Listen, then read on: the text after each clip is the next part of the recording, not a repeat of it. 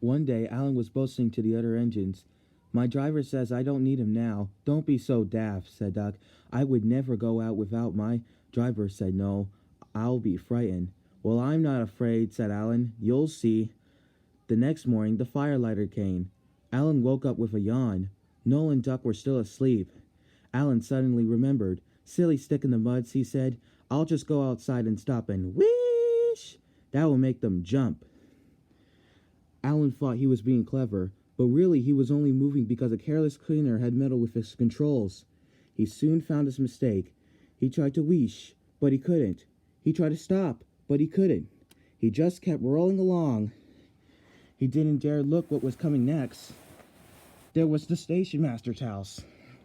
The station master was having breakfast. Horrors, cried Alan, and shut his eyes.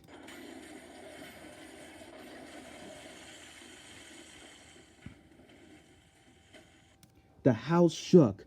Broken glass tingled. Plaster was everywhere. Alan collected a bush on his buffers. He peered in the room through its leaves. He couldn't speak.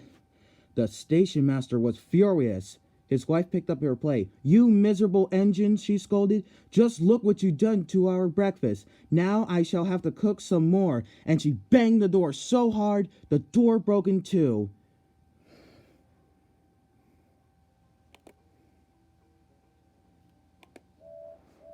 Peep, peep, said Alan.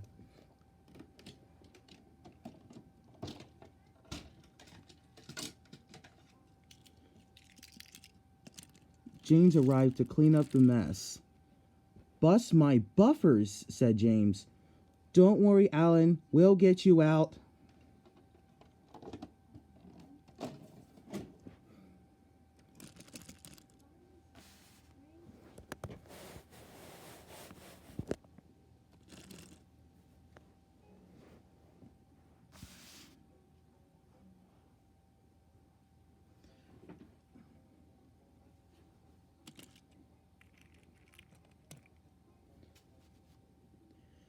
Alan felt awful.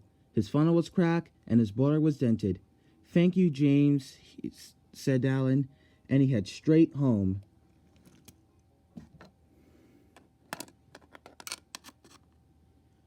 There was worse to come. You're in a lot of trouble, Alan, said a voice. Alan knew that voice. It was Sir Topham Hatt. I know, sir, said Alan. You must go to the steamworks and get repaired.